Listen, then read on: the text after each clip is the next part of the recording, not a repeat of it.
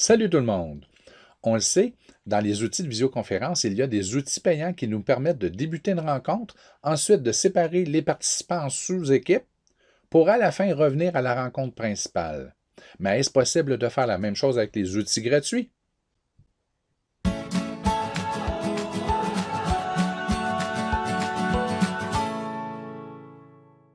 Et oui, c'est possible avec un outil gratuit de faire de la visio et d'avoir un groupe principal qui se divise en sous-groupes pour travailler.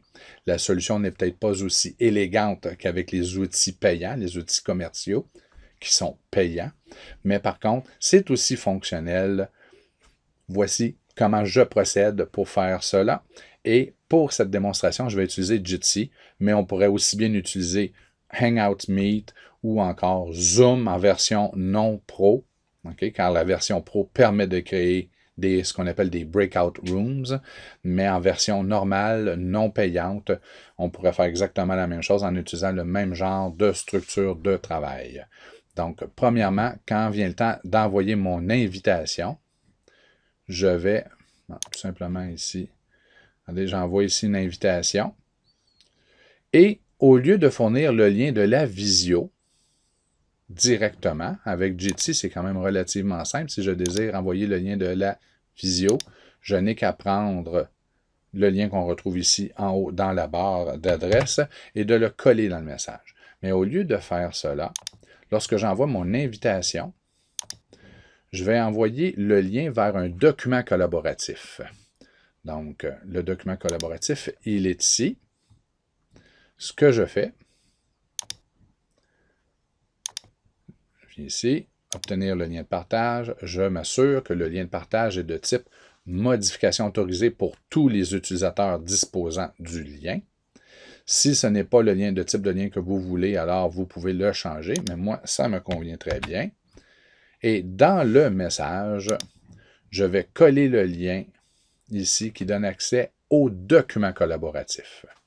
Donc, lorsque les élèves ou encore vos collègues auront ou les parents voudront accéder à la visio, ils vont cliquer ici.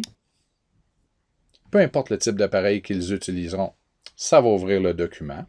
Vous pouvez bien les recevoir, donner certaines instructions. Vous pouvez l'arranger comme vous voulez. Moi, c'est le type de tableau que j'aime bien utiliser. Donc, en gros, on a le nom de la rencontre. On a immédiatement en dessous le nom, le lien pour se joindre à la visio. Il est même répété. Vous avez de l'information sur la visio. Les participants, les gens pourront inscrire leur nom ou vous pourrez le faire au préalable. C'est comme vous voulez. S'il y a des rôles d'assignés, donc vous pouvez les inscrire ici pour que ça soit vraiment clair.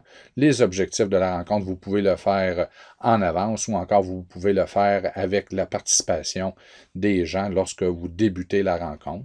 Et même chose, vous avez un espace pour ajouter vos commentaires, les notes et qui est accessible à tous les participants. Et j'ai même ajouté un lien vers un espace de partage. Donc, si les gens veulent envoyer des fichiers, bien, ils peuvent le faire.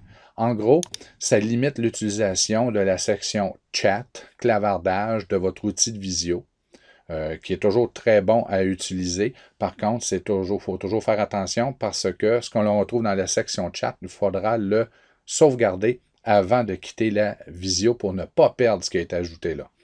Donc, si vous l'utilisez, l'outil chat, dans ce cas-ci de Jitsi, avant de quitter, vous faites un copier-coller du chat et vous pourrez venir le copier ici. Donc, allons-y. On va faire exactement comme si nous avions reçu l'invitation par courriel. Donc, j'ouvre mes courriels, j'ai mon invitation, je clique ici. On est dans le document, on est prêt à y aller. Et maintenant, on débute la rencontre. Il va y avoir un message d'erreur pour la caméra, ne pas vous en faire, elle sert déjà pour l'enregistrement. Et vous êtes en rencontre, on est prêt à fonctionner. Lorsque vient le temps de prendre des notes, on prend nos notes, on ajoute, on fait nos modifications ici. Vous annoncez le travail en sous-groupe, et là, c'est là le nerf de la guerre. Lorsqu'on annonce le travail en sous-groupe, bien, les gens, j'ai tout simplement reproduit le même tableau 3 fois pour les 3 sous-groupes. Les gens peuvent inscrire leur nom au bon endroit. Et ensuite, non qu'à mettre fin à cette rencontre, et cliquer ici pour joindre le sous-groupe. Et là, je pourrais faire la même chose sur un autre appareil et on travaille en sous-groupe. Et l'animateur pourra se promener d'un sous-groupe à l'autre. Lorsque vous avez terminé la rencontre de sous-groupe, vous fermez l'onglet et on revient à la rencontre principale. Donc, ça se fait là. Et évidemment, tout le monde a son tableau pour travailler. Donc, l'animateur pourra aussi ajouter un commentaire, dire « OK, 5 minutes, on retourne dans 2 minutes, c'est la fin. » Ou encore, l'animateur peut tout simplement cliquer sur le lien et se promener d'un sous-groupe à l'autre. Mon gros conseil, je crois que c'est le meilleur conseil de la capsule, c'est si vous animez une rencontre de ce type, d'avoir 2 appareils. D'avoir un appareil principal qui va toujours rester dans la rencontre principale, en particulier si vous désirez l'enregistrer. Hein, vous allez démarrer l'enregistrement et il ne faut jamais quitter, sinon l'enregistrement cessera, évidemment. Et d'avoir un second appareil, que ce soit une tablette, un Chromebook, peu importe. Et là, vous pourrez utiliser cet appareil-là pour vous promener d'un sous-groupe à l'autre. Et d'échanger, communiquer ou de leur laisser savoir qu'il reste 3 minutes, ou encore il faudrait procéder plus rapidement, ou on retourne au groupe principal, c'est vous allez pouvoir faire vos messages. Donc, 2 appareils pour l'animateur, en particulier si vous désirez enregistrer.